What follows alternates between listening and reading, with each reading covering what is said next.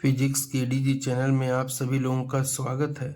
जैसा कि इंटरमीडिएट भौतिक विज्ञान अनसॉल्व्ड के लिए सीरीज चल रही थी, जिसमें 2023 के सभी सेट के अनसॉल्व्ड कंप्लीट करा दिए गए थे। 2025 में जो पहला सेट था 346 JS, उसके 2 पार्ट कंप्लीट हो चुके थे। आज तीसरे पार्ट को डिस्कस करते हैं। इसके बाद 2025 का दूसरा सेट डिस्कस करेंगे। तो स्टार्ट करते हैं 2025 346 JS के तीसरे पार्ट को डिस्कस करना। खंड या प्रश्न संख्या 5 तक कंप्लीट हो चुके थे। यहाँ से प्रश्न संख्या 6 से डिस्कस करेंगे। प्रश्न संख्या 6 दिया है, पीएन संधि डायोड पूर्ण तरंग दिष्टकारी के रूप में कैसे प्रयुक्त किया जाता है। यानी हमको यहाँ पर बताना है पीएन संधि डायोड का फुल वेव रेक्टिफायर यानी पूर्ण तरंग दिष्टकारी में कैसे प्रयोग किया जाता है। सरल परिपथ बनाकर इसकी कार्यविधि समझाइए। यानी परिपथ बनाना है और इसकी कार्यविधि को समझाना है। तो देखते हैं, पूर्ण तरंग दिष्टकरण क्रिया में निवेशी प्रत्यावर्ती वोल्टेज के दोनों अर्धचक्रों के समय निर्गत धारा एक ही दिशा में प्राप्त होती है। यानी पहला जो अर्धचक्र है उसमें भी एक दिशा में प्राप्त होगी, दूसरा अर्धचक्र प्रत्यावर्ती धारा का होता उसमें भी एक ही दिशा में प्राप्त होगी। एक दिशा में जब प्राप्त होगी तभी हम कह पाएंगे कि धारा का दिष्टीकरण हुआ है। दिष्टीकरण का मतलब क्या है? डायरेक्ट करंट में कन्वर्जन हुआ है। और डायरेक्ट करंट का मतलब होता है कि धारा एक दिशा में चलनी चाहिए। तो इसका परिपथ आरेख देख लेते हैं। ये प्राथमिक कुंडली है, ये सेकेंडरी कुंडली है, द्वितीय कुंडली का ये सिरा ए है और ये सिरा बी है। सिरे ए जो है इसमें एक डायोड को जोड़ दिया गया है और सिरे बी को इससे भी एक डायोड से कनेक्शन कर दिया गया है। दोनों के इन सिरों के बीच में एक लोड रेजिस्टेंस लगा दिया है, जिस पर हमको निर्गत वोल्टेज को प्राप्त करना है जाकर, या निर्गत धारा को हमको प्राप्त करना है, इसलिए लोड रेजिस्टेंस लगा दिया है। बीच में टर्मिनल टी है। सबसे पहले क्या करेंगे कि जो पहला अर्धचक्र होगा इसमें ये वाला डायोड आपका अग्र अभिनत में होगा और दूसरा वाला डायोड पश्चिम अभिनत में होगा। अग्र अभिनत में ये कब हो पाएगा? जब पी का संबंध कर देंगे प्लस वाले से, यानी ए उस समय प्लस हुआ होगा और जो टी है उस समय माइनस रहेगा। जब ये माइनस रहेगा ये प्लस रहेगा तब ये हो जाएगा जाकर, ये अग्र अभिनत में आएगा। अग्र अभिनत में आएगा तो ये आधे चक्र में धारा प्रवाहित होगी जाके। दूसरे अर्ध चक्र में ये वाला अग्र अभिनत में होगा, ये पश्चिम अभिनत में होगा जाके। जब ये अग्र अभिनत में होगा इसका मतलब क्या है? जो बी सिरा है वो धनात्मक हो जाएगा और टी जुड़ा हुआ है जो ये कैसा हो जाएगा? ऋणात्मक हो जाएगा, इसलिए ये अग्र अभिनत में आ जाएगा, ये पश्चिम अभिनत में आ जाएगा। तो शेष जो आधा चक्र है वो इस डायोड से उस धारा का दिष्टीकरण हो जाएगा और दोनों मिलाकर हमको पूर्ण तरंग दिष्टीकरण हो जाएगा धारा का जाकर। तो ये निवेशी वोल्टेज लगाए हैं।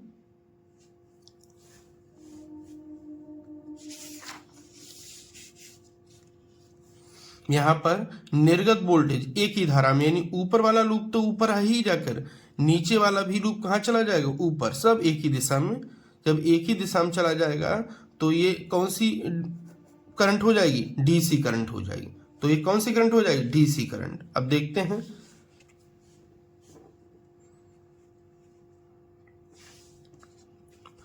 दो डायोड D1 व D2 इस प्रकार प्रयुक्त किए जाते हैं कि एक डायोड तरंग के पहले आधे चक्र का तथा दूसरा डायोड तरंग के दूसरे आधे चक्र का दिष्करण करता है।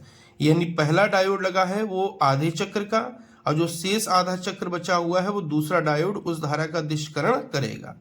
जिस प्रत्यावर्ती वोल्टता का दिष्करण करना होता है उसे एक ट्रांसफार्मर की प्राथमिक कुंडली P के सिरों के बीच जोड़ देते हैं। यानी जिसका दिष्करण हमको करना होता है, जिसको डायरेक्ट करंट में चेंज करना होता है, उसको ट्रांसफार्मर की प्राथमिक कुंडली के सिरों के बीच अप्लाई कर देते हैं जाकर। ट्रांसफार्मर की द्वितीय कुंडली के A व B सिरों को दो पीएन संधि डायोडों के P क्षेत्रों से जोड़ देते हैं। यानी A को भी P से जोड़ देते हैं और B को भी किससे जोड़ देते हैं? पीएन संधि डायोड के P क्षेत्र से जोड़ देते हैं तथा इन सिरों को परस्पर जोड़कर इनके उभयनिष्ठ बिंदु M तथा द्वितीयक कुंडली S1 S2 के केंद्रीय भाग के बिंदु T के बीच एक लोड प्रतिरोध RL जोड़ देते हैं। हम अभी बताए थे दोनों के जो N सिरे हैं उनको आपस में जोड़ देते हैं। उनके आपस में जोड़ने के बाद भी उनके बीच में एक लोड रेजिस्टेंस RL लगा देते हैं, जिस पर हमको निर्गत वोल्टेज प्राप्त करनी होती है। निर्गत वोल्टेज को RL के सिरों के बीच प्राप्त किया जाता है।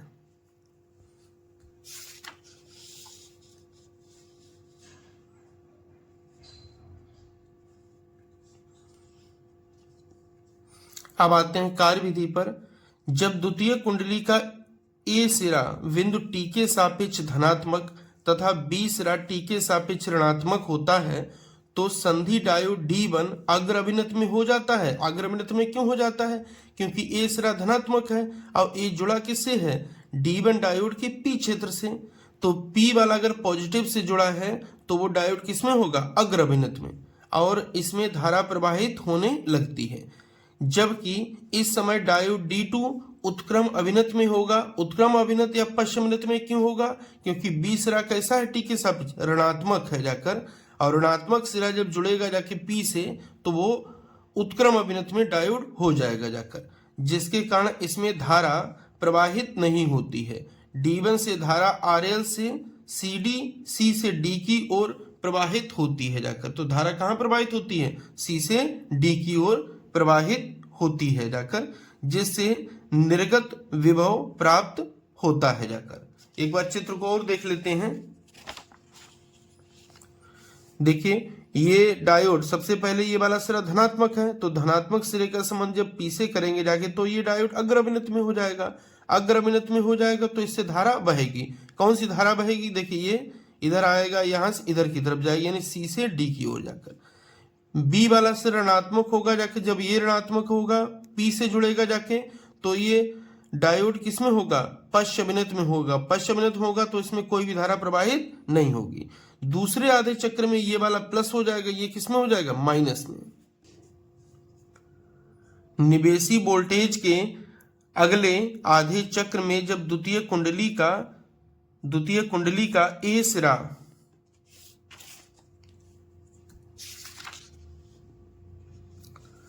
T के सापेक्ष ऋणात्मक तथा B सिरा धनात्मक होता है तो इस समय संधि डायोड D1 उत्क्रम अभिनत में हो जाता है। उत्क्रम में इसलिए हो जाता है क्योंकि A वाला सिरा हो गया है ऋणात्मक, और ऋणात्मक का संबंध जब P से कर देंगे तो वो डायोड किसमें हो जाएगा? पश्च अभिनत या उत्क्रम अभिनत में, जिससे इसमें धारा प्रवाहित नहीं होती है।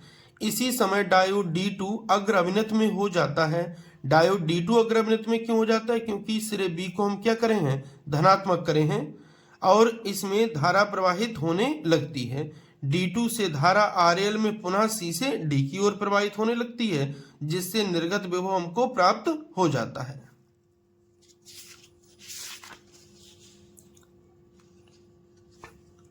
इस प्रकार निवेशी विभव के पूर्ण चक्र के लिए बाह्य प्रतिरोध RL में धारा C से D की ओर प्रवाहित होती है। पूर्ण चक्र के लिए देखिए, आधे चक्र से धारा किससे मिली थी? D1 से, और शेष आधे चक्र से धारा किससे मिली थी? D2 से। अतः लोड प्रतिरोध में प्रवाहित धारा दिष्ट धारा है। दिष्ट धारा क्यों है? क्योंकि दोनों चक्रों से मिलकर ऐसी धारा प्राप्त हुई थी जो केवल एक दिशा में प्राप्त हो रही थी जाकर, तो इसलिए लोड रेजिस्टेंस में जो प्रवाहित धारा है हम कह सकते हैं कि दिष्ट धारा है। अब देखते हैं अथवा वाला।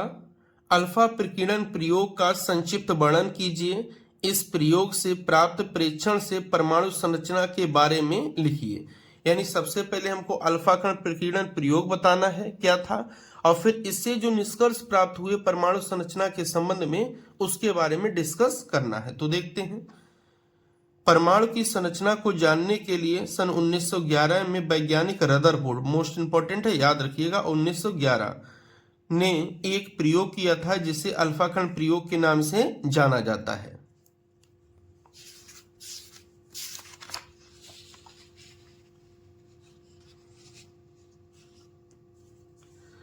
इस प्रयोग में रेडियो एक्टिव तत्व पोलोनियम, ये भी याद रखिएगा, रेडियो एक्टिव तत्व पोलोनियम से उच्च गतिज ऊर्जा से निकलने वाले अल्फा कणों के बारीक पुंज को बहुत पतले स्वर्ण पत्र यानी सोने की बहुत महीन पन्नी पर गिराया रदरफोर्ड ने देखा कि स्वर्ण पत्र से गुजरते हुए अल्फा कण विभिन्न दिशाओं में विक्षेपित हो जाते हैं। इस घटना को प्रकीर्णन कहते हैं। फिर ध्यान से सुनिएगा, रदरफोर्ड ने क्या किया कि इस प्रयोग में रेडियो एक्टिव तत्व पोलोनियम से उच्च गतिज ऊर्जा से निकलने वाले अल्फा कणों के बारीक पुंज को सोने की पतली पन्नी पर गिराया और देखा कि वह विभिन्न कोणों पर विक्षेपित हो जा रहे हैं। अल्फा कणों के विक्षेपित होने की घटना क्या कहलाती है? प्रकीर्णन कहलाती है। और इस प्रयोग से निम्न निष्कर्ष प्राप्त हुए। इस प्रयोग से परमाणु की संरचना के संबंध से में निम्न निष्कर्ष प्राप्त हुए।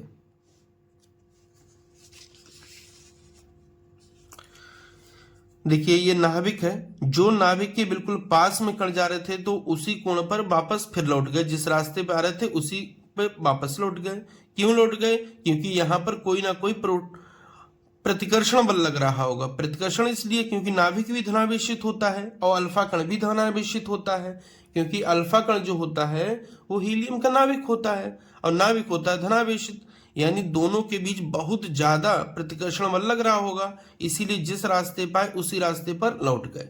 जैसे जैसे नाभिक से दूर होते गए अल्फा कण जाकर उनके कोणों का विक्षेपण भी कम होता चला गया। देखिए, नाभिक के जो पास था ये अधिक कोण पर मुड़ा है, फिर थोड़ा दूर आए तो ये और थोड़े कम कोण पर मिला है, फिर और ज्यादा दूर गए हैं तो देखें बिल्कुल सीधे निकल गए हैं जाकर। तो इसी से जो निष्कर्ष प्राप्त हुआ है उसे देखते हैं। अधिकांश अल्फा कण बिना विचलित हुए सीधे निकल गए। इससे यह निष्कर्ष निकाला कि परमाणु का अधिकांश भाग रिक्त या खोखला है। अधिकांश जो अल्फा कण थे वो बिना विक्षेपित हुए जिस रास्ते पर आ रहे थे बिल्कुल सीधे निकल गए। इससे ये रदरफोर्ड ने निष्कर्ष निकाला कि परमाणु का अधिकांश भाग रिक्त है या फिर खोखला है जाकर। अगला, कुछ अल्फा कण छोटे छोटे कोण बनाते हुए विक्षेपित हो जाते हैं। अल्फा कण धनावेशित होते हैं, अतः विक्षेपित करने वाला परमाणु भी धनावेशित होना चाहिए। इस आधार पर रदरफोर्ड ने निष्कर्ष निकाला कि परमाणु का संपूर्ण धनावेश एक सूक्ष्म स्थान में केंद्रित रहता है जाकर। जो केंद्र के पास जब हम जा रहे थे, जो अल्फा कण जा रहे थे, तो थोड़े थोड़े कोण पर विक्षेपित होने लगे। अब विक्षेपित क्यों होगा? जब सामने धनावेशित कण होगा, क्योंकि कूलाम का नियम कहता है कि समान आवेश एक दूसरे को प्रतिकर्षित करते हैं। तो अगर अल्फा कण धनावेशित कण है तो उसको प्रतिकर्षित करने के लिए कोई धनावेशित चीज ही तो होनी चाहिए। तो वही यहाँ पर बताए कि धनावेश एक सूक्ष्म स्थान में केंद्रित रहता है।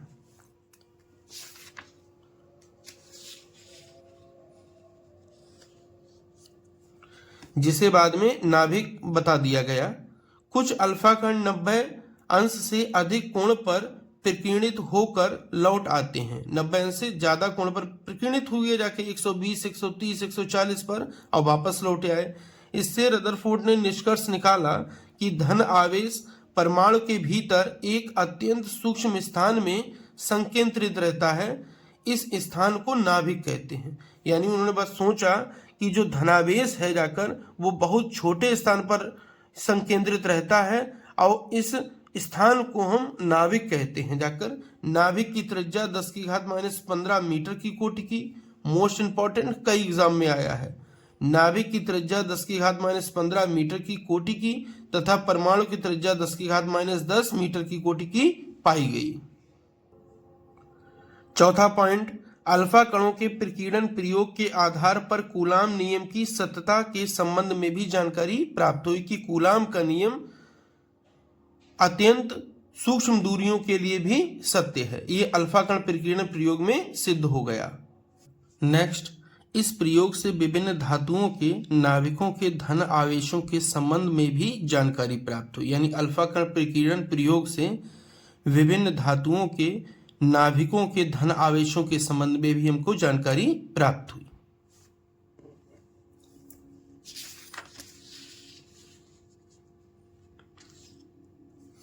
प्रश्न संख्या 7 को देखते हैं। परिनालिका क्या है? सबसे पहले हमको परिनालिका के बारे में बताना है। एक लंबी परिनालिका के भीतर चुंबकीय क्षेत्र के मान का व्यंजक प्राप्त करना है और बाद में हमको एक परिनालिका के भीतर चुंबकीय क्षेत्र के लिए व्यंजक प्राप्त करना है। तो सबसे पहले परिनालिका देख लेते हैं। जब कार्डबोर्ड या चीनी मिट्टी की नलिका के ऊपर तांबे के विद्युत रोधी तार के बहुत से फेरे एक दूसरे के ऊपर लिपेट देते हैं तो जो युक्ति प्राप्त होती है उसे हम परिनालिका कहते हैं। फिर ध्यान सुन लीजिए, जब कार्डबोर्ड या चीनी मिट्टी की एक नलिका ले लेते हैं और उस नलिका के ऊपर तांबे के विद्युत रोधी तारों को लिपेट देते हैं, कई फेरे में लिपेट देते हैं, तो जो युक्ति हमको प्राप्त होती है वही कहलाती है परिनालिका। मोस्ट इंपॉर्टेंट है, कई बार एक नंबर में भी पूछा जाता है।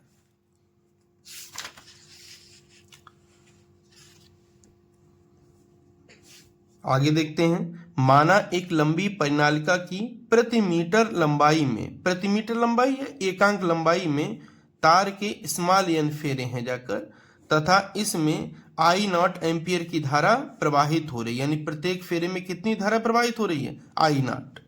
माना ABCD एक बंद आयताकार लूप है। देखिए ये परिनालिका हो गई है, ये ABCD ये बंद लूप हो गया, बंद पृष्ठ हो गया है। धारा प्रवाहित हो रही है A से B की ओर, तो यहाँ भी धारा ऊपर की ओर, यहाँ धारा ऊपर की, यहाँ धारा। प्रत्येक फेरे में धारा कितनी है, I0 है। देखते हैं, जिसकी भुजा AB परिनालिका की अक्ष के समांतर है, जिसकी भुजा AB जो है वो परिनालिका की अक्ष के समांतर है। भुजा BC तथा AD बहुत लंबी हैं, ये वाली भुजा BC हो गई है और ये वाली भुजा AD हो गई, बहुत लंबी हैं तथा क्षेत्र के लंबवत हैं। बिल्कुल कंफर्म है, यहाँ पर लंबवत हैं। क्षेत्र हमारा ऐसा है और भुजाएं ऊपर की तरफ है, लंबवत हैं। भुजा CD बहुत दूर होने के कारण इस पर परिनालिका के चुंबकीय क्षेत्र का प्रभाव नगण्य है। भुजा जो CD है जाकर वो बहुत दूर है, क्यों?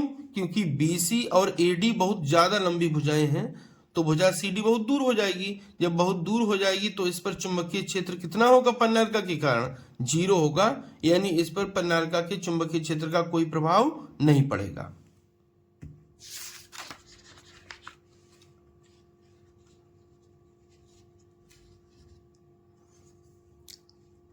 अब देखते हैं आयताकार लूप ABCD पर एम्पियर के परिपथीय नियम से। जो आयताकार लूप हमारा बंद लूप है ABCD, इस पर हम क्या लगाते हैं, एम्पियर का परिपथीय नियम जाके। तो देखें, समाकलन B वेक्टर डॉट में DL वेक्टर बराबर में होता है म्यू नॉट I, जाकर इसको डालनी है समीकरण नंबर 1। अब ABCD के लिए हम इसके मानों को लिखते हैं B डॉट में DL के मानों को।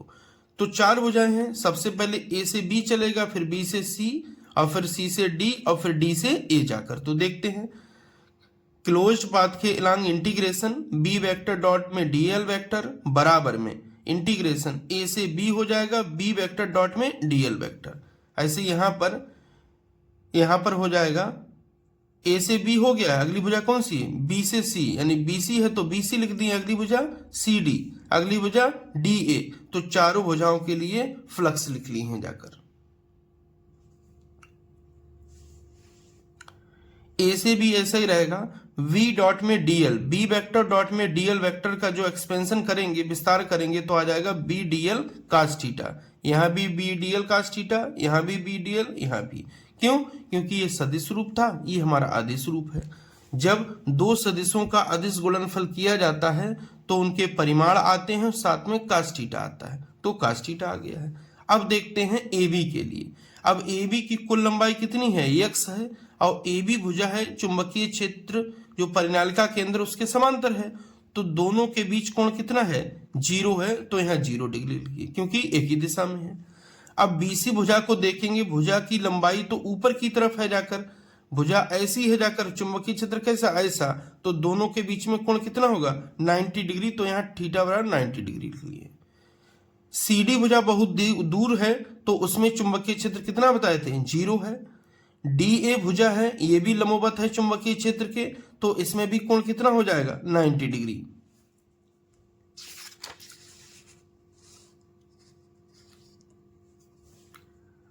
समाकलन B वेक्टर डॉट में DL वेक्टर बराबर में B हो जाएगा। ये समाकलन का चिन्ह किसके साथ आ जाएगा, DL के साथ में। समाकलन का चिन्ह किसके साथ आ जाएगा, DL के साथ में। और यहाँ A से B और इनटू में DL। समाकलन ए से बी डीएल का कहने का मतलब है ए बी की कुल लंबाई कितनी है। तो ए बी की कुल लंबाई कितनी है, एक्स है, तो यहाँ एक्स लिख ली है। काश 90 का मान क्या होता है, 0, तो ये भी 0, ये भी 0, और इसमें चुंबकीय क्षेत्र बी 0, तो ये 0, तीनों 0 प्राप्त हो जाएंगे। तो यानी समाकलन B vector dot DL vector बराबर क्या आ जाएगा, बी एक्स, जाकर समीकरण नंबर 2, जहां एक्स क्या है, भुजा ए बी की कुल लंबाई है जाकर। अब समीकरण 1 व 2 को हम बराबर करें, क्योंकि समीकरण 1 और 2 में एलएचएस समान है जाकर, तो आरएचएस भी समान होनी चाहिए।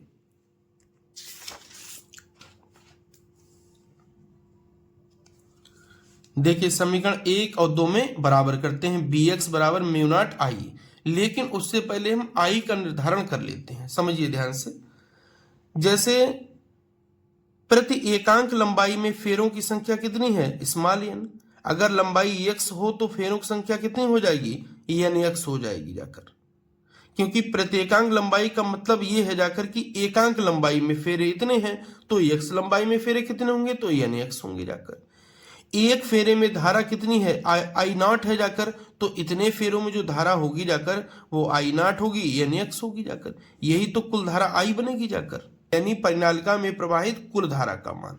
तो देखिए प्रति मीटर लंबाई या एकांक लंबाई में फेरों की संख्या स्मॉल एन है जाकर, तो एक्स मीटर लंबाई में फेरों की संख्या कितनी होगी, एन एक्स होगी। यदि प्रत्येक फेरे में धारा आई नॉट हो तो कुल धारा कुल धारा कितनी हो जाएगी, आई बराबर में हो जाएगा एन एक्स आई नॉट, आई बराबर हो जाएगा एन एक्स आई नॉट जाकर। अब समीकरण 1 और 2 को बराबर किए थे भी, तो बी एक्स बराबर हो जाएगा म्यू नॉट आई जाकर, बी ऐसा ही रहेगा, एक्स ऐसा ही रहेगा, म्यू नॉट ऐसा ही रहेगा, आई का मान लगा देंगे ये वाला जाकर, तो एन एक्स आई नॉट हो जाएगा, एक्स से एक्स कट जाएगा जाके, तो बी बराबर बचेगा mu not an I not जाकर। ये परिनालिका के भीतर चुंबकीय क्षेत्र की तीव्रता का सूत्र है जाकर। अथवा वाला क्वेश्चन देखते हैं, एक प्रकाश वैद्युत तल का कार्यफलन 4 इलेक्ट्रॉन वोल्ट है। देखिए कार्यफलन का मतलब होता है वर्क फंक्शन, और वर्क फंक्शन को लिखते हैं W से, तो W बराबर कितना है, 4 इलेक्ट्रॉन वोल्ट, जो कि हम यहाँ लिख लिए हैं जाकर। इस पर 3 × 10⁻15 हर्ट्ज आवृत्ति का विकिरण आपतित होता है। जो विकिरण आपतित होता है वो होता है न्यू, तो इसको न्यू से लिख लेते हैं। न्यू बराबर है 3 × 10⁻15 हर्ट्ज जाके, यानी आपतित विकिरण की आवृत्ति है जाकर। उत्सर्जित फोटो इलेक्ट्रॉन का अधिकतम वेग ज्ञात कीजिए, यानी जो जब प्रकाश पृष्ठ पर पड़ जाएगा तो उससे प्रकाश विद्युत प्रवाह की घटना होगी, जो इलेक्ट्रॉन निकलेंगे, उन्हीं इलेक्ट्रॉनों का हमको अधिकतम वेग ज्ञात करना है कि किस अधिकतम वेग से इलेक्ट्रॉन का उत्सर्जन होगा धातु के पृष्ठ से जाकर। तो देखिए W बराबर 4 इलेक्ट्रॉन वोल्ट, इलेक्ट्रॉन वोल्ट को जब जूल में बदलते हैं तो 1.6 × 10⁻19 से गुणा कर लेते हैं। जब गुणा कर लेंगे तो W बराबर आ जाएगा 6.4 × 10⁻19 जूल जाकर।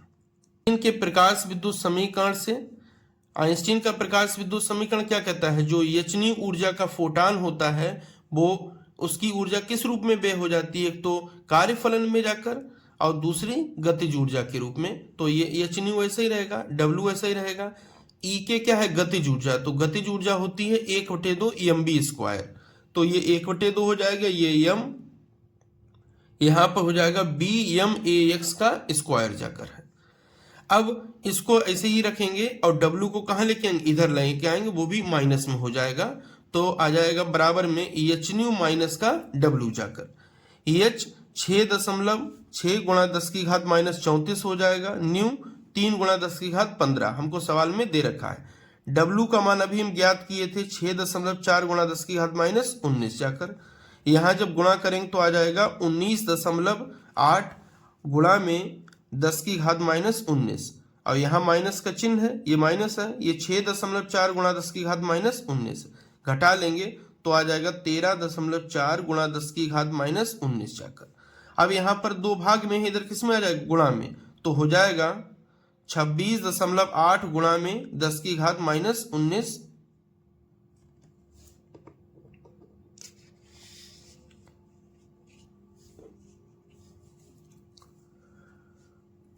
-19 हो जाएगा। फिर एम यहाँ पर गुणा में है तो यहाँ किस में चला जाएगा, भाग में, तो ऊपर हो जाएगा 26.8 गुणा 10 की घात -19 और डिवाइड में हो जाएगा एम। एम क्या है, मास ऑफ इलेक्ट्रॉन, और इलेक्ट्रॉन का द्रव्यमान होता है 9.1 गुणा 10 की घात -31 जाकर। इसको हल कर लेंगे तो आ जाएगा 2.945 गुणा 10 की घात प्लस का 12 जाकर। दोनों साइड में वर्गमूल ले लेंगे तो यहाँ वर्गमूल लेंगे तो 2 हट जाएगा तो आ जाएगा BMAX लगभग में 1.72 और पावर हो जाएगी आधी, यानी 10 की घात कितना हो जाएगा, 6 मीटर प्रति सेकंड। प्रश्न संख्या 8 देखते हैं। ध्रुवित प्रकाश से आप क्या समझते हैं, यानी सबसे पहले तो ये बताना है कि ध्रुवित प्रकाश किसे कहते हैं। आगे, जब दो क्रासित पोलेराइडों के बीच एक तीसरा पोलेराइड घुमाया जाता है तब पारगमित प्रकाश की तीव्रता में होने वाले परिवर्तन की विवेचना कीजिए। बाद में आपको क्या करना है कि दो क्रासित पोलेराइड लेने हैं और उनके बीच में तीसरे पोलेराइड को रखना है और फिर उसको घुमाना है भिन्न भिन्न कोणों पर। फिर देखेंगे कि पारगमित प्रकाश की तीव्रता या निर्गत प्रकाश की तीव्रता में क्या परिवर्तन होगा जाकर।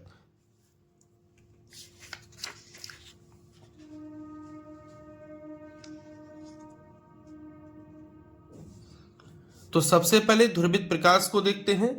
वह प्रकाश जिसमें वैद्युत वेक्टर के कंपन प्रकाश के संचरण की दिशा के लंबवत तल में केवल एक ही दिशा में होते हैं, यानी वह प्रकाश जिसमें वैद्युत वेक्टर के कंपन प्रकाश के संचरण की दिशा में, यानी प्रकाश के चलने की दिशा के लंबवत तल में, यानी प्रकाश अगर इधर चल रहा है तो लंबवत तल कहाँ होगा, ऊपर या नीचे, केवल एक ही दिशा में हो जाकर। देखिए ये केवल एक ही दिशा में होते हैं तो ऐसा प्रकाश कहलाता है समतल ध्रुवित प्रकाश या ध्रुवित प्रकाश। सभी दिशाओं में नहीं होने चाहिए, अगर सभी दिशाओं में कंपन हो जाएंगे तो वह प्रकाश हो जाएगा अध्रुवित प्रकाश, और अगर केवल एक दिशा में कंपन होंगे तो वह प्रकाश कहलाएगा ध्रुवित प्रकाश या समतल ध्रुवित प्रकाश। देखते हैं ए और बी, ये दो पोलेराइड हैं जो कि क्रासित स्थिति में है। क्रासित स्थिति का मतलब है कि दोनों की घूर्णन अक्षों में जाकर, यानी दोनों की क्रासित स्थिति का मतलब है कि दोनों की ध्रुवण अक्षों में 90 डिग्री का अंतर होना चाहिए। तो देखिए इसकी ध्रुवण अक्ष इस तरह से है जाकर और इसकी ध्रुवण अक्ष इस तरह से है जाकर, तो दोनों के बीच में कितना कोण है, 90 डिग्री का अंतर है जाकर, इसीलिए दोनों क्रासित स्थिति में है। दोनों पोलराइड कहलाएंगे क्रासित पोलराइड जाकर। इनके बीच में एक सी पोलराइड रख देते हैं जिसकी ध्रुवण अक्ष जो है इस ए वाले के साथ में थीटा कोण पर है जाकर। देखिए इसकी ध्रुवण अक्ष कितनी है, ए वाले कैसी है, सी वाला रखा है, उसकी इस तरह से लाइनें खींची हुई है जाकर, तो दोनों की ध्रुवण अक्षों के बीच कितना कोण है, थीटा कोण है। देखते हैं पोलराइड ए तथा बी क्रासित स्थिति में है। एक अन्य पोलराइड सी है जिसे ए व बी के बीच रखकर घुमाया जाता है जाकर, ए और बी के बीच में घुमाया जाते हैं। और एक चीज ध्यान रखें, पोलराइड ए से जो निर्गत प्रकाश की तीव्रता है जाकर वो कितनी है, I0 है जाकर।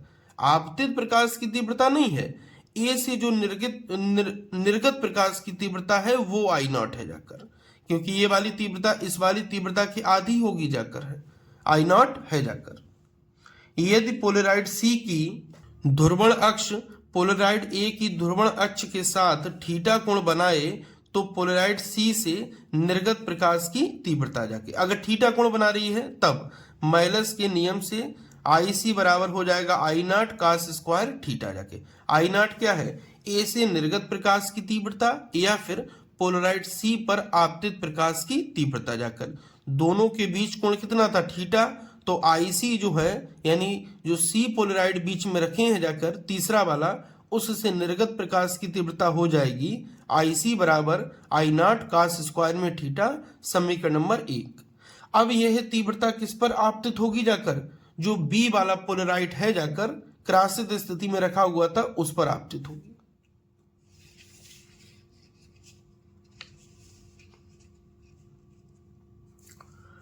ये प्रकाश पोलराइड बी पर गिरता है जिसकी ध्रुवण अक्ष सी की ध्रुवण अक्ष के साथ 90 माइनस थीटा कोण बनाती है। फिर देख लीजिए सी वाले की जो बी वाले की जो पोलराइड बी है उसकी ध्रुवण अक्ष कुछ इस तरह से है और सी वाला कुछ है वो इस तरह से है जाकर, और ए वाला कुछ इस तरह से था। तो ए और सी के बीच में कोण कितना था, थीटा। तो ये ए है, ये सी है और ये है बी। तो सी और बी के बीच कोण कितना होगा, 90 माइनस का थीटा होगा, नहीं होगा जाकर। तो यही कोण किसमें हो जाएगा, पोलराइड सी और पोलराइड बी की ध्रुवण अक्षों के बीच में। तो पोलराइड बी से निर्गत प्रकाश की तीव्रता, अब पोलराइड बी है तो हो जाएगा आई बी बराबर में आई सी। आई सी क्या है, सी पोलराइड से जो प्रकाश आया था वही प्रकाश अब किस पर आपतित होगा जाकर, बी वाले पर। तो यहाँ पर आई सी हो गया। ये कास स्क्वायर 90 माइनस का थीटा हो गया, क्योंकि अब की दोनों के बीच में अंतर कितना है कोण का, 90 माइनस का थीटा जाकर। तो ये आई सी का मान रखते हैं समीकरण 1 से जाकर, तो हो जाएगा आई नॉट कास स्क्वायर थीटा जाकर।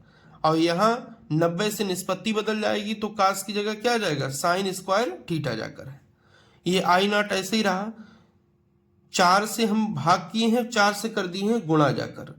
तो गुणा करने के इस ब्रैकेट के अंदर 2 कर दिए, क्योंकि 2 का वर्ग करें तो कितना हो जाएगा, 2 दूनी 4 जाकर, 4 4 कट जाएगा, फिर यहीं पर आ जाएंगे।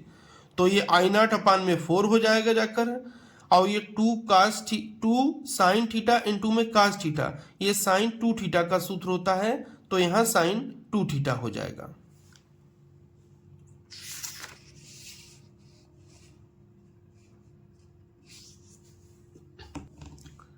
तो आई बी बराबर हो जाएगा आई नॉट अपान में 4, आई नॉट अपान में 4, ये स्क्वायर इस पर लग जाएगा तो हो जाएगा साइन स्क्वायर 2 थीटा जाकर। अब देखते हैं कंडीशन, घुमाते हैं बीच वाले पोलराइड को यानी सी पोलराइड को। नंबर 1, यदि थीटा बराबर 30 डिग्री हो तो निर्गत प्रकाश की तीव्रता, तो आई बी बराबर हो जाएगा आई नॉट अपान में 4। अब यहाँ साइन स्क्वायर थीटा बराबर 30 दूनी कितना हो जाएगा, 60 हो जाएगा, तो साइन स्क्वायर 60 डिग्री हो जाएगा, ये आई नॉट अपान में 4 है, गुणा साइन 60 का मान होता है √3/2 और फिर उसका वर्ग करेंगे। तो जब वर्ग कर देंगे तो हल करके आ जाएगा 3 आई नॉट अपान में 16 जाकर है। जब आई नॉट पोलराइड ए से निर्गत प्रकाश की तीव्रता है, जहां आई नॉट क्या है, पोलराइड ए से निर्गत प्रकाश की तीव्रता है, जो कि सी पर आपतित होगी जाकर। दूसरा देखते हैं, यदि थीटा बराबर 60 डिग्री हो तो निर्गत प्रकाश की तीव्रता, तो आई बी बराबर आई नॉट अपान में 4 हो जाएगा। साइन स्क्वायर 2 थीटा है तो 60 का 2 गुना हो जाएगा 120 जाकर है। ये आई नॉट अपान में 4 है, 120 को लिख सकते हैं साइन 90 प्लस में 30, ऊपर स्क्वायर रहेगा। ये आई नॉट अपान में 4 है, 90 से निष्पत्ति बदल जाएगी और दूसरे चतुर्थांश में होता है कास माइनस में जाकर, तो माइनस कास 30 और ऊपर होल ऑफ स्क्वायर हो जाएगा। जब वर्ग करेंगे तो आई नॉट अपान में 4 हो जाएगा, गुणा में कास स्क्वायर 30 डिग्री हो जाएगा। ये आई नॉट अपान में 4 हो जाएगा, गुणा में कास 30 का मान होता है √3/2, वर्ग करेंगे तो फिर 3 आई नॉट अपान में 16 आ जाएगा। प्रश्न संख्या 8 का अथवा वाला देखते हैं। एक 50 वाट, मोस्ट इंपॉर्टेंट है ये क्वेश्चन, एक 50 वाट 100 वोल्ट लैंप को 200 वोल्ट 50 हर्ट्ज की प्रत्यावर्ती धारा विद्युत मेन से जोड़ा है जाकर। लैंप के श्रेणी क्रम में आवश्यक संधारित्र की धारिता ज्ञात कीजिए। देखिए फिर, एक प्रत्यावर्ती धारा स्रोत दिया गया है जिसका वोल्टेज 200 वोल्टेज है और आवृत्ति 50 हर्ट्ज है जाकर। इसमें क्या है, एक लैंप लगा हुआ है, इस लैंप का वोल्ट जो है वो 100 वोल्ट का लैंप है जाकर, 100 वोल्ट पर ये लैंप जल रहा है और 50 वाट शक्ति का यूज कर रहा है जाकर, 50 वाट शक्ति का है जाकर। पूछ रहा है इसके श्रेणी क्रम में एक हम संधारित्र जोड़ते हैं, उसकी धारिता सी का मान हमको बताइए जाकर। तो सबसे पहले हम क्या करेंगे, धारा आई ज्ञात करेंगे और प्रतिरोध आर ज्ञात करेंगे कि ये लैंप से कितनी धारा जा रही है और ये लैंप कितना प्रतिरोध उत्पन्न कर रहा है जाकर। तो जब धारा ज्ञात करेंगे इस लैंप में कितनी प्रवाहित हो रही, तो P बराबर लगाएंगे हम आई बी जाकर। P का मान हमको 50 दिया गया है और B का मान हमको 100 दिया, तो यहां से हम I का मान निकाल लेंगे। दूसरी कंडीशन, जब R निकालना होगा तो फिर P बराबर लगा देंगे B² अपान में R जाकर। P का मान हमको 50 दिया है, B का मान हमको कितना दिया है 100 जाकर, तो यहां से हमारा प्रतिरोध R ज्ञात हो जाएगा। परिपथ में प्रवाहित धारा, तो P बराबर हो जाएगा IB, तो I बराबर हो जाएगा P अपान में B जाकर। P का मान कितना है 50, B का मान है 100, जब काटेंगे तो आ जाएगा 1/2, यानी I बराबर आ जाएगा 0.5 एम्पियर जाकर।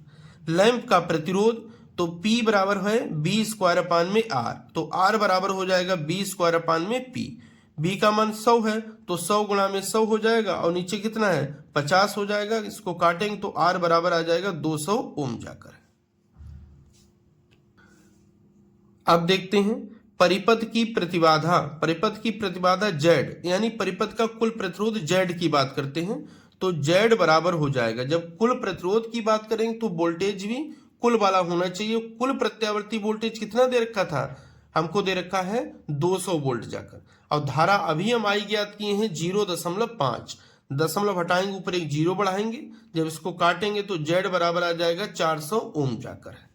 अब देखते हैं परिपथ में प्रतिरोध तथा संधारित्र श्रेणी क्रम में जुड़े हैं, अतः परिपथ की कुल प्रतिबाधा या परिपथ की प्रतिबाधा तो Z बराबर हो जाएगा अंडर रूट के अंदर R² प्लस में XC², जहां XC क्या है धारतीय प्रतिघात है जो कि संधारित्र के लिए यूज होता है, यानी संधारित्र का प्रतिरोध है जाकर।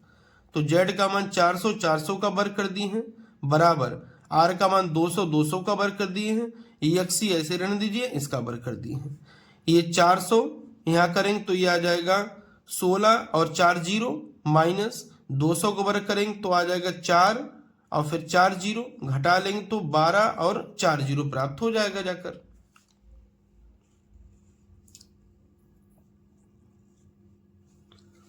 जब वर्गमूल लेंगे तो XC बराबर हो जाएगा अंडर रूट के अंदर ये वाला मान, जब इसका वर्गमूल ले लेंगे तो 200 अंडर रूट 3 आएगा जाकर, 200 अंडर रूट 3 आएगा। तो XC बराबर ये 200 रहेगा, अंडर रूट 3 का मान होता है 1.732, गुणा कर लेंगे तो आ जाएगा 346.4 ओम जाकर। ये मान किसका आया है XC का, और XC बराबर होता है 1/में ω/c, 1/में ω/c। तो XC बराबर ओमेगा का मान कितना होता है 2πf और C है तो C ऐसा ही रहेगा।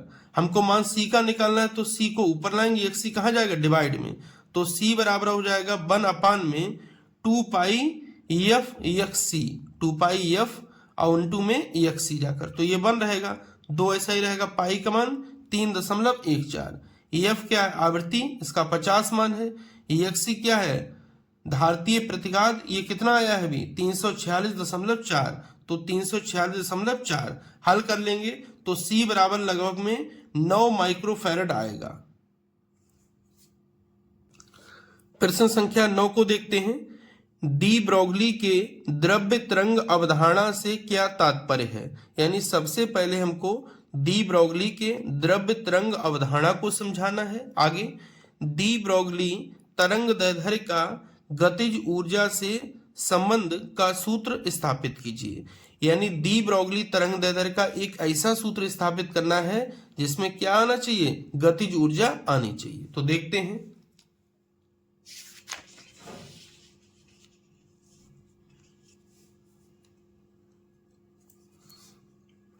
डी ब्रोगली ने बताया जब भी कोई द्रव्य कण जैसे इलेक्ट्रॉन हो गया, प्रोटॉन हो गया आदि गतिमान होता है तो वह तरंग की भांति व्यवहार करता है, यानी डी ब्रोगली ने बताया था जब भी कोई द्रव्य कण जैसे इलेक्ट्रॉन, प्रोटॉन आदि जब गति करते हैं तो उनका व्यवहार सेम वैसा ही होता है जैसा एक तरंग का व्यवहार होता है, अर्थात गतिमान द्रव्य कणों से तरंग संबंध होती है जाके, यानी जितने भी कण गतिमान होते हैं उनसे एक तरंग संबंधित होती है। इन तरंगों को द्रव्य तरंगें या डी ब्रोगली तरंगें कहते हैं। फिर ध्यान सुन लीजिए, वैज्ञानिक डी ब्रोगली ने बताया कि जब कोई द्रव्य का कण जैसे इलेक्ट्रॉन तथा प्रोटॉन आदि गतिमान होते हैं तो उनका व्यवहार सेम वैसा ही होता है जैसा एक तरंग का व्यवहार होता है, अर्थात गतिमान द्रव्य कणों से एक तरंग संबंध हो जाती है। इन तरंगों को हम कहते हैं द्रव्य तरंगें या फिर डी ब्रोगली तरंगें जाकर। देखिए आइंस्टीन के द्रव्यमान ऊर्जा संबंध से, आइंस्टीन का द्रव्यमान ऊर्जा संबंध क्या है E बराबर mc², समीकरण नंबर 1। अगर इस फोटॉन के संवेग की बात करें तो P बराबर होता है mb। फोटान क्या संवेग क्या होता है? P बराबर mb। लेकिन फोटान प्रकाश की चाल से चलता है जाकर, तो B की जगह पर आ जाएगा C। तो P बराबर आ जाएगा m इंटू में C, समीकरण नंबर 2 जाकर। दोनों समीकरणों को भाग दे देते हैं तो यहां हो जाएगा E अपान में P बराबर में ये mc स्क्वायर रहा, नीचे हो गया mc, तो m से m कट गया, c से c कट गया, तो E बराबर आ जाएगा केवल C जाकर। अब P यहां पर भाग में है तो किसमें पहुंच जाएगा? गुणा में, तो E बराबर आ जाएगा P इंटू में C जाकर। अब E है फोटान की ऊर्जा, और फोटान की ऊर्जा होती है hc अपान में लैम्डा, तो ये hc अपान में लैम्डा हो गया बराबर, ये P ऐसा ही रहा और C ऐसा ही रहा, तो C से C कट जाएगा। हमको मान किसका चाहिए? लैम्डा का, तो लैम्डा को यहां लाएंगे तो ये कहां जाएगा? डिवाइड में, तो लैम्डा बराबर आ जाएगा h अपान में P, जहां लैम्डा क्या है? तरंग दैर्ध्य है, जिसको हम डी ब्रोगली तरंग दैर्ध्य कहते हैं जाकर। अब लैम्डा बराबर h अपान तो P आ गया है, लेकिन अभी इस सूत्र में गतिज ऊर्जा नहीं आई, तो गतिज ऊर्जा E बराबर होती है P स्क्वायर अपान में 2m जाकर। गतिज ऊर्जा E बराबर होती है P स्क्वायर अपान में 2m। और अभी कंफर्म कर लीजिए, देखिए E बराबर होता है 1/2 mb स्क्वायर जाकर होता है। अब यहां से ऐसे रखते हैं 1/2, m से गुणा करते हैं तो गुणा करेंगे तो m स्क्वायर हो जाएगा, b स्क्वायर अपान में m से भाग कर दिए हैं जाकर। ये 1/2 ऐसा ही रहा, 1/2m ऐसा ही रहा, ये mb ये किसका मान है? p का, तो ये हो जाएगा p स्क्वायर जाकर। तो यही हम यहाँ पर लिखे हैं कि p स्क्वायर अपान में 2m जाके। मोस्ट इंपॉर्टेंट रिलेशन है, इसको जरूर याद रखें, डायरेक्ट अंक के किस पर पूछे जाते हैं। तो E बराबर हो जाएगा P स्क्वायर अपान में 2m, तो P स्क्वायर बराबर क्या हो जाएगा? 2m, भाग में इधर किसमें चला जाएगा? गुणा में, तो P स्क्वायर बराबर हो जाएगा 2me जाकर। दोनों पक्षों में वर्गमूल लेंगे, वर्गमूल लेने पर जब वर्गमूल लेंगे तो P बराबर हो जाएगा अंडर रूट के अंदर 2me जाकर। P बराबर अंडर रूट के अंदर क्या हो जाएगा? 2me जाकर। तो डी ब्रोगली तरंग दैर्ध्य क्या करी थी? लैम्डा बराबर h अपान में P जाकर, तो लैम्डा बराबर h ऐसे रहेगा, P का मान कितना हो जाएगा? अंडर रूट के अंदर 2me, तो अंडर रूट के अंदर 2me हो जाएगा, जहां E कण की क्या है? गतिज ऊर्जा है जाकर, और लैम्डा क्या है? डी ब्रोगली तरंग दैर्ध्य है जाकर। अथवा वाले क्वेश्चन को देखते हैं। बंधन ऊर्जा की व्याख्या कीजिए। यदि एक नाभिक संलयन क्रिया में द्रव्यमान क्षति 0.3% हो तो 1 किलोग्राम द्रव्यमान की संलयन क्रिया में कितनी ऊर्जा मुक्त होगी? ये कह रहे हैं कि अगर द्रव्यमान क्षति 0.3% हो तो कितनी ऊर्जा मुक्त होगी, ये बताइए। और सबसे पहले हमको किसके बारे में बताना है? बंधन ऊर्जा के बारे में बताना। तो देखते हैं, बंधन ऊर्जा वह न्यूनतम ऊर्जा जो नाविकों के न्यूक्लियनों को अनंत दूरी तक अलग अलग करने के लिए आवश्यक होती है। यानी वह न्यूनतम ऊर्जा जो न्यूक्लियनों को, न्यूक्लियन का मतलब क्या है? न्यूट्रॉन और प्रोटॉनों को अनंत दूरी तक अलग अलग करने के लिए आवश्यक होती है, उसी को हम क्या कहते हैं? बंधन ऊर्जा कहते हैं। किसी नाभिक की बंधन ऊर्जा कहलाती है। यानी वह न्यूनतम ऊर्जा जो नाभिक के न्यूक्लियनों को अनंत दूरी तक अलग करने के लिए आवश्यक होती है, या उनको अलग अलग करने के लिए जितनी ऊर्जा की आवश्यकता होती है, उसी को हम कहते हैं बंधन ऊर्जा जाकर। अब देखिए, द्रव्यमान क्षति डेल्टा एम बराबर 1 किलोग्राम का दिया है, कितना? 0.3% जाकर, तो ये एक ऐसा ही रहेगा, और यहाँ गुणा का चिन्ह आएगा। 0.3%, प्रतिशत हटाएंगे तो 100 से हम क्या कर देंगे? भाग कर देंगे। ऊपर दशमलव हटाएंगे तो एक जीरो और लग जाएगा, तो 3 बटे कितना हो जाएगा? 1000 किलोग्राम जाकर। आगे देखते हैं, डेल्टा एम द्रव्यमान के तुल्य ऊर्जा, तो डेल्टा ई बराबर हो जाएगा डेल्टा एम इंटू में सी स्क्वायर। डेल्टा एम अभी कितना ज्ञात किए हैं? 3 बटे में 1000 जाकर। सी होती है प्रकाश की चाल, जिसका मान 3 × 10⁸ होता है। अब वर्ग है तो वर्ग कर दिए हैं जाकर, तो ये 3 रहा, और 3 का वर्ग कितना हो जाएगा? 9, और 8 का जब वर्ग करेंगे जाके तो 10⁻16 हो जाएगा, तो 10⁻16 हो गया। ये 1000 अलग था, 1000 अलग ही रह गया है। तो डेल्टा ई बराबर हो जाएगा 27 गुणा में 10 की घात 3 जाकर सॉल्व कर लेंगे तो डेल्टा ई बराबर आ जाएगा 2.7 गुणा 10 की घात 14 जूल जाकर।